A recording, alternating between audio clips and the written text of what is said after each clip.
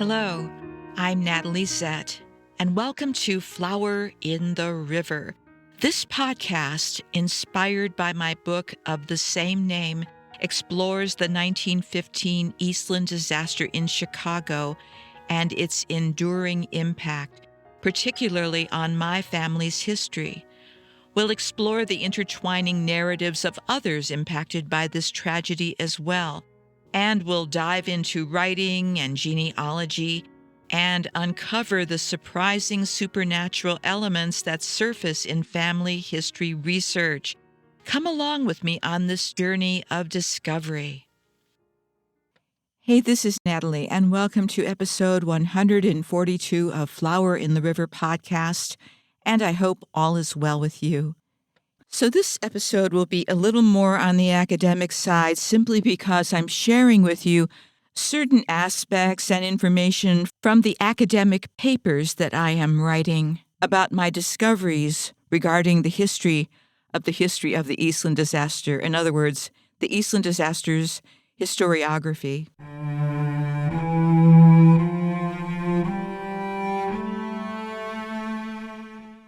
And for sure, we will get back to the stories, but this is a good time to pause and to tell you what I have discovered.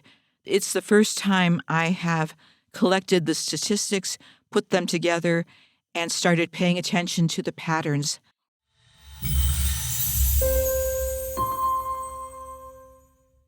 As I'm recording this, it's November 2025, and I've hit the 2-year mark on this research and podcast project, and there is something about the month of November. I don't know what it is. November seems to be when the revelations emerge, when major insights crystallize, and when some very significant people appear. Last November, 2024, Krista Cowan interviewed me for her podcast, Stories That Live in Us. This is still one of those pinch me moments that feels surreal. Everyone in genealogy knows Krista Cowan, and her generosity in sharing knowledge has influenced countless researchers. During our conversation about my book and my family and the Eastland disaster, Krista asked the million-dollar question about the Eastland and the death toll. I told her what I had discovered after a year of intense research, and that was this: there are no established criteria for who qualifies as an Eastland victim, and there's no definitive list. Now later, I did find that George Hilton's book provided Appendix D, a list of the people that he knew of at that point, and that would have been in the mid-1990s, and that would be the victims. But here's the thing.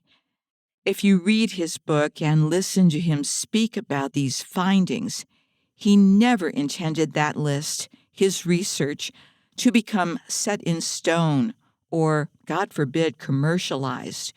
Like all good researchers, he knew this wasn't the final word, and he wanted the research to continue.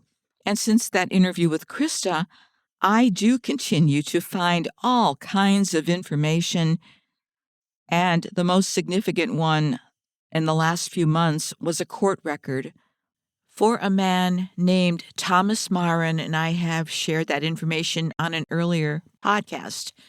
Thomas Marin was omitted from the total that Hilton calculated. It was just an oversight. However, Hilton's tally from his book is apparently the one that's been lifted and reworked into this so-called final death count, even though that was never George Hilton's intent. Furthermore, that number has even taken on a kind of promotional life of its own, if you want to call it that. But I don't want to get ahead of myself. We also need to go back to November 2023. That was after my book was published, and I initially created the podcast as a way to address questions that people had about the book. I was on a number of podcasts and radio shows at that point, and people had all kinds of questions. They asked me things that I had never thought about. So it was fun to discuss those on my podcast. After doing that for several months, I felt compelled, obsessed with this idea that I had to expand beyond my book and beyond my family's story to take a look at the broader community of lives that ended and were altered by this tragedy. As I've mentioned and will continue to mention, I did not want my family's story to become part of this echo chamber where only a handful of stories are retold. For one thing, when I saw the pattern, the same handful of families being highlighted over and over again as if they somehow were stand-ins for everyone else on the Eastland, that stopped me cold. I had a flashback. It took me all the way back to my massive city high school, where the yearbook made it appear that only the jocks and cheerleaders existed. The rest of us were kind of in the background and invisible. And I thought, oh no, not this again. I am not letting that high school dynamic repeat itself in the telling of the Eastland. Everyone whose life was ended or touched by the Eastland disaster, all of us and all of our people are important. At first glance, some Eastland-related websites looked as if they offered a true one-stop shop, as if everything anyone might want to know about the ship, the disaster, and the people would be right there. And that's exactly how some of them presented themselves. Now, given how much time has passed and how much free information is now accessible online, that expectation felt completely reasonable.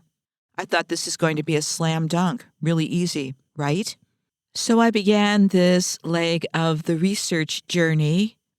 After I found a court record from 1934, it was filed on behalf of a number of victims, including two brothers whose surnames I've seen in my own DNA matches on Ancestry. This is just the beginning of the long and winding tale that I have to share with you. So they were of interest for a couple of reasons. I never heard of this court case, and also they appeared to be relatives. So Herman and William Ristow are the people responsible for me getting into the rabbit hole that I've never emerged from. So I started looking at these one-stop shopping websites that were supposedly taking care of the Eastland disaster. I was looking for biographies of the victims, these victims. And I was hoping to get additional information and wanted to do my own research to see if I could augment what was already there. And also, I wanted to get a better understanding of the world of Chicago during that point. It didn't seem as if I was asking for all that much, honestly. I mean, by 2023, 2024, that all would have been taken care of, or most of it.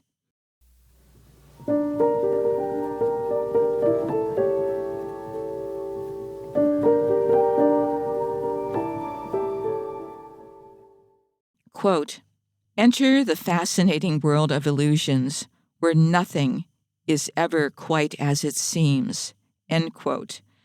That is the tagline for our Museum of Illusions at the Mall of America. Yes, we have one of those here. That statement could just as easily describe how the Eastland's history has been presented.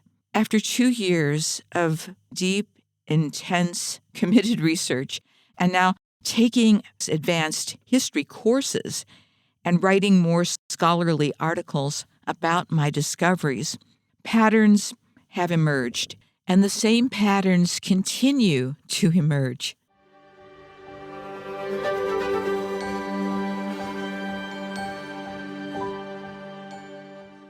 Let me walk you through what I have found so far.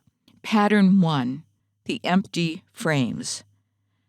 Initially, when I searched online and looked at organizations that I thought would have had detailed biographies of the Eastland victims. What I found were mostly names and bare-bones demographics. Yet, here's the other odd thing. At the same time, I started to find something else, something way more hopeful. I saw that many independent researchers had uncovered treasure troves of information. If you go to crowdsourced places like Find a Grave, you'll see profiles of Eastland victims where volunteers have added photos and biographies for so many of these people. And as of November 2025, Find a Grave has more information about the victims of the Eastland disaster than any other website. That's what I said. And in the future, I'm sure that will change because change is the constant. But right now, when it comes to Eastland victims, go to Find a Grave if you want to find out more. So that's the first illusion that we need to dispel. It's not official sounding organizations that have been carrying and adding to the biographies of the victims of the Eastland disaster. It's crowdsourced places like Find a Grave that have been doing this. Now, are the citations always there? Are their findings accurate? Of course not. That's why it's crowdsourced. We can weigh in on that, and all of us get a chance to provide new evidence and challenge what's there. That's part of the process.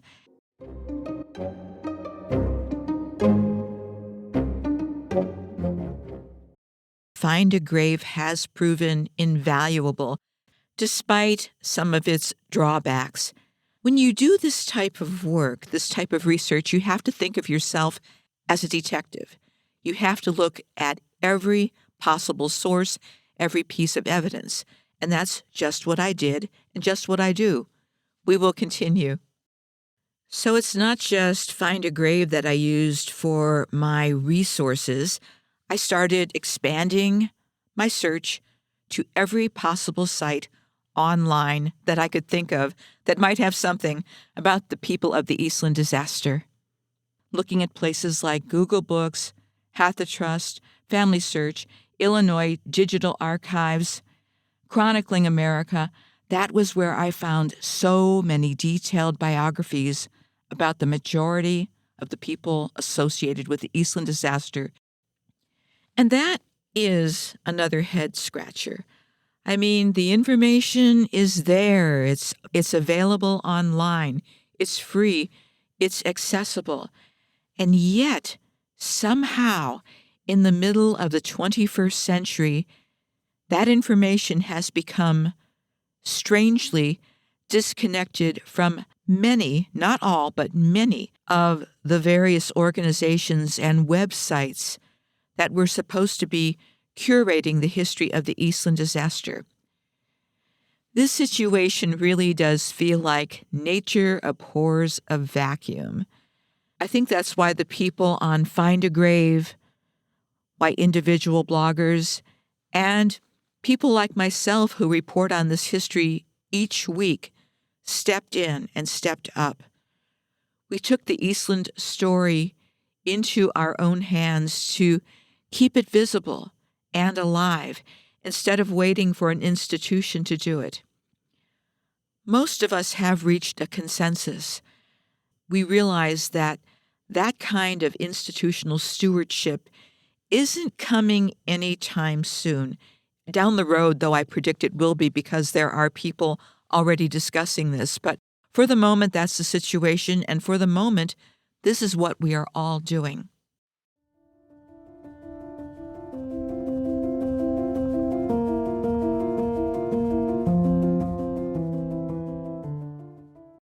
Pattern 2, the case of the vanishing attribution. When I first began researching people of the Eastland disaster, I looked in places where I thought I might find that information easily. And here's what happened a lot of the time. If I found a biography, much of the time, the source citations and provenance for the photos were not there. In other words, no one knew where this information came from. I have to say it took me a while to wrap my mind around all that. I thought, am I seeing this? Why would any individual, group, etc., who claims to be stewarding the history of the Eastland disaster make that kind of decision? It wasn't just a red flag. It made no sense. The other thing, no matter which way you cut that, if you post something that you obviously are not the author of and you don't give attribution, that is plagiarism. That's the kind of lapse that undercuts credibility at the foundation. You have to tell people where you got the information from, plain and simple. So that situation, it's bleak if you're an organization and you want any kind of credibility. But in terms of creating an obstacle, it's an annoyance, but it's not an obstacle because while I could never quote anything from a place where they didn't provide a source citation, I can still use those scraps of information as a starting place. And to date, everybody that I have searched for, I have been able to find either a story about them from a newspaper, genealogical information about them from places like Family Search, etc. There's not a person that I have not been able to locate. The biggest challenge is when the name gets messed up one way or the other. Just last week, I found an article that was an interview with a woman called Anna Meinert Grimmer. And when I went to locate further information about her, I found absolutely nothing.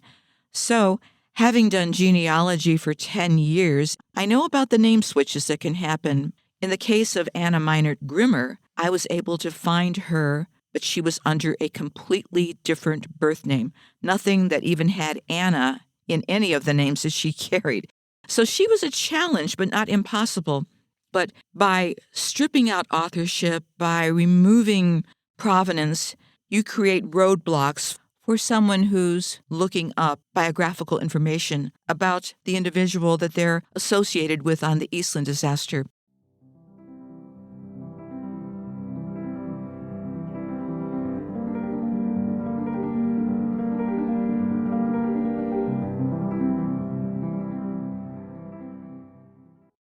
Pattern 3, the forgotten faces, the forgotten lives.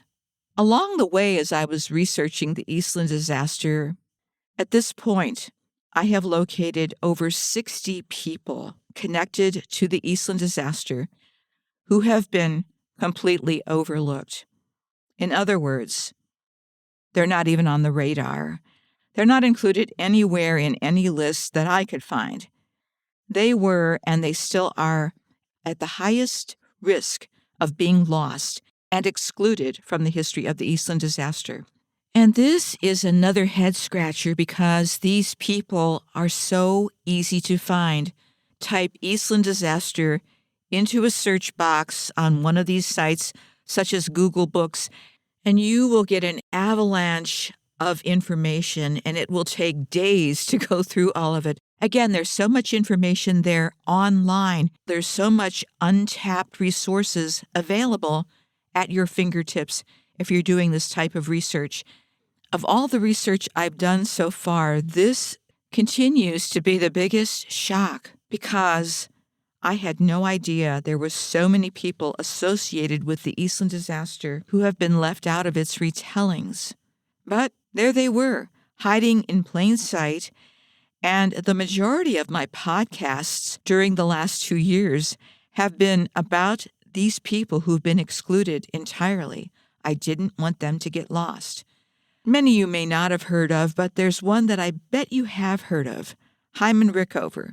Yes, the future Admiral Rickover, father of the nuclear navy. Rickover was working as a Western Union messenger boy in Chicago when the Eastland capsized.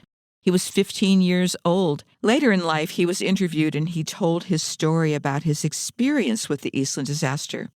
I shared his story a few episodes ago, and as far as I can tell, that was only the second time his story had been shared.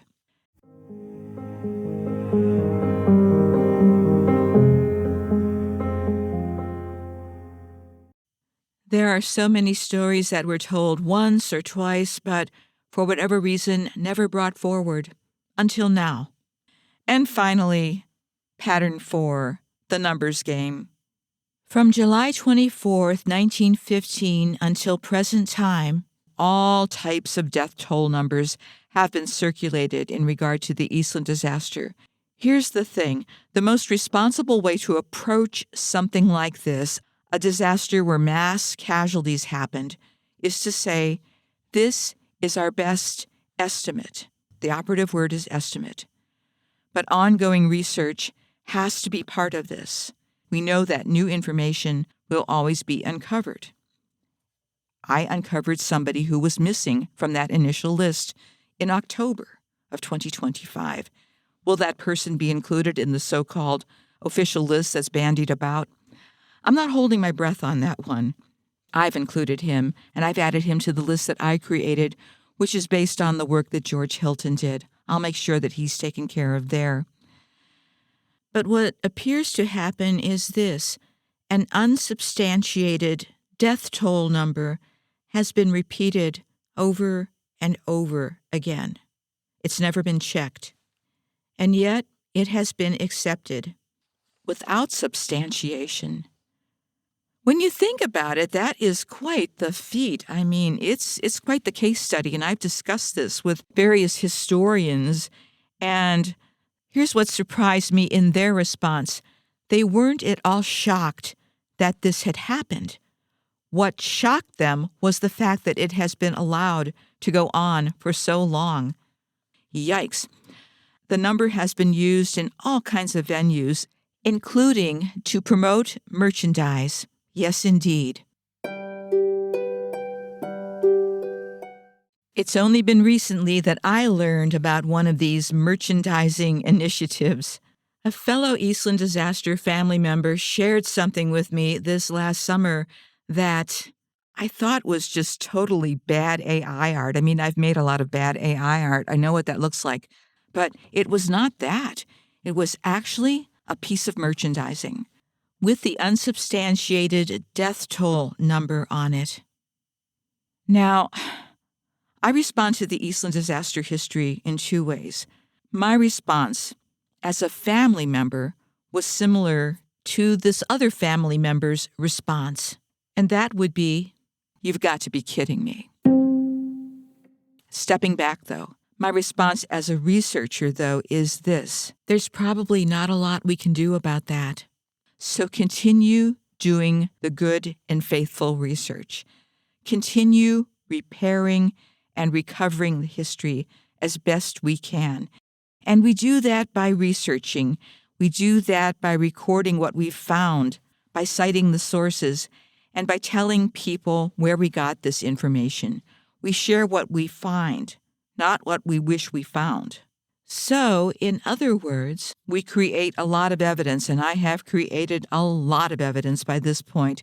That evidence generally steers the course correction, and for the Eastland disaster, we need a lot of course correction.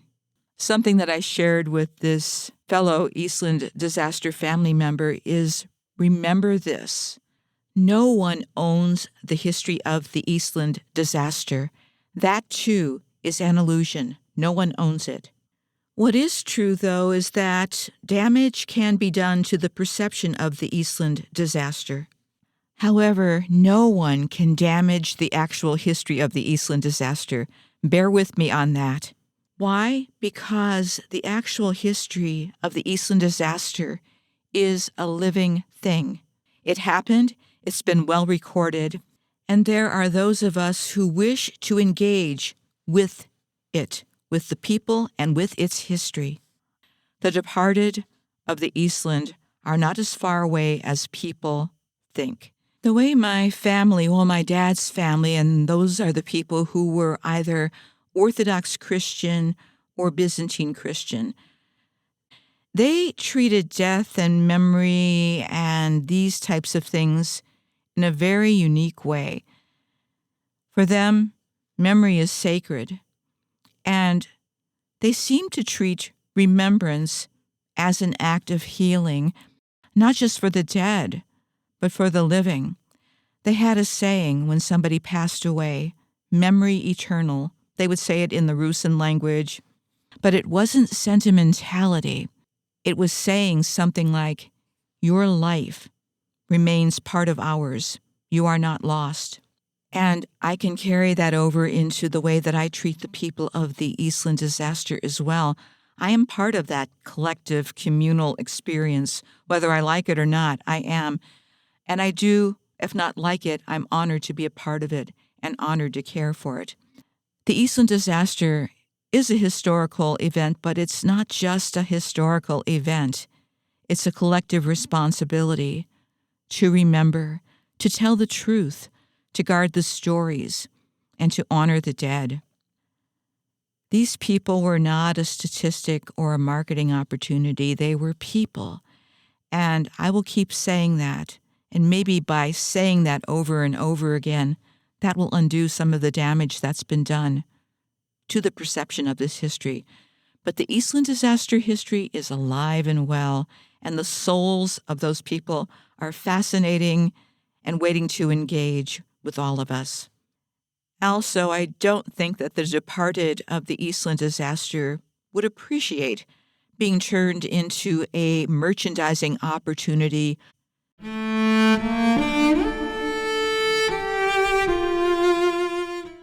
The biggest lesson for me, though, going forward is to question everything and demand proof of various statements and numbers that are bandied about. If that can't be provided, move along.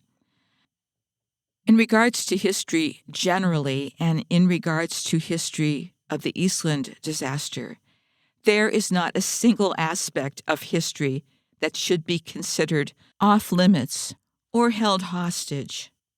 We should have no gatekeepers. History should always be re-examined and approached with new eyes and new questions. We find out new information all the time. So what is the way forward? Well, when faced with this kind of challenge, there's always something that you can do about it. And even a type of healing that happens when you start seeking the truth about something. It's a tough thing to shake off those myths, those untruths, and those illusions because they cling like barnacles. But when you gather evidence, when you track down records, when you care about the people, when you love the people, and you want to tell the stories as they happened, sharing these stories becomes a bridge between then and now. Speaking of Krista Cowan, her podcast is called Stories That Live in Us. And the Eastland disaster is a story that lives inside of me. I just didn't know it until a little bit later in life. And when it was time for that story to not just live in me, but live in the world, I needed to do the best job possible. And when you tell a story, it lets history breathe. History's dynamic, changing. It's alive. Let it be what it is. Do not try to control it, and don't turn it into a branding opportunity. In the meantime, I'm going to spend my time trying to restore it. But also, here's what's new this year. In the last couple of years, I have met so many people in so many different communities, too. Not just genealogical communities, and I love those folks, by the way. They are my number one support. But in places like IT communities, too, I've met people who are so enthusiastic. There are people there who are aware of what's going on, and they want to support my efforts by giving me advice and assistance. And as I've been going through my public history classes and coursework, I've shared these findings with my brand new colleagues and professors.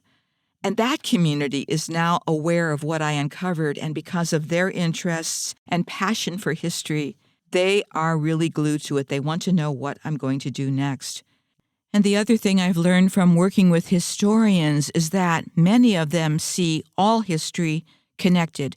So if one aspect of history, such as the Eastland disaster, suffers, it can indeed affect all of history because it all, in a sense, is one. So what am I doing now? Well, obviously I'm podcasting, yes, and I'm sharing the podcast. It goes all over the world. And all of the artifacts that I create from this podcast, meaning the audio, the videos, etc., they too become part of the historical record of the Eastland disaster, and hopefully they'll make sure that it doesn't get lost again.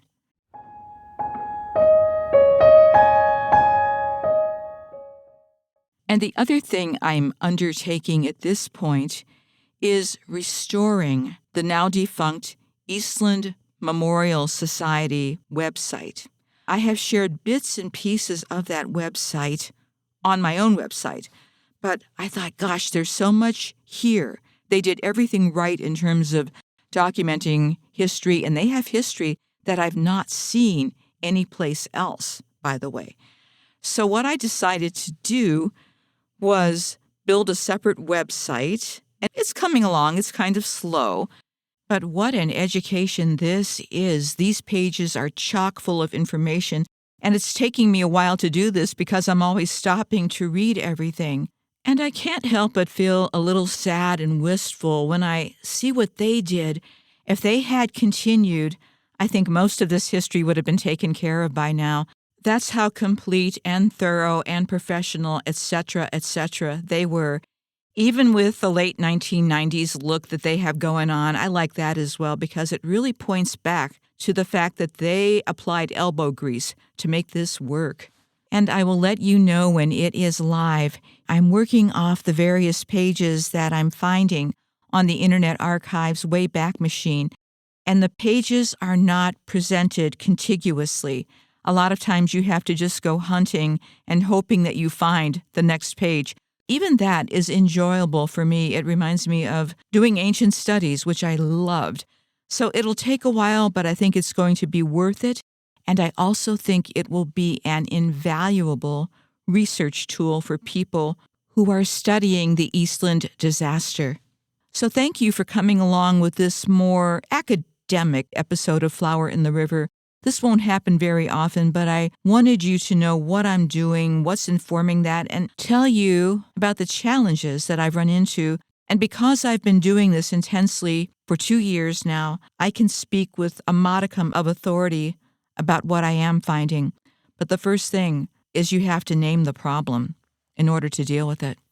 So thank you for being here, and next week I'll bring back some more stories for us. Take it easy. Talk to you soon.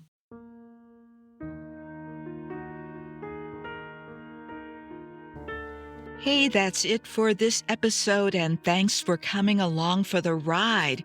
Please subscribe or follow so you can keep up with all the episodes. And for more information, please go to my website. That's www.flowerintheriver.com. I hope you'll consider buying my book, available as audiobook, ebook, paperback, and hardcover, because I still owe people money, and that's my running joke. But the one thing I'm serious about is that this podcast and my book are dedicated to the memory of all who experienced the Eastland disaster of 1915. Goodbye for now.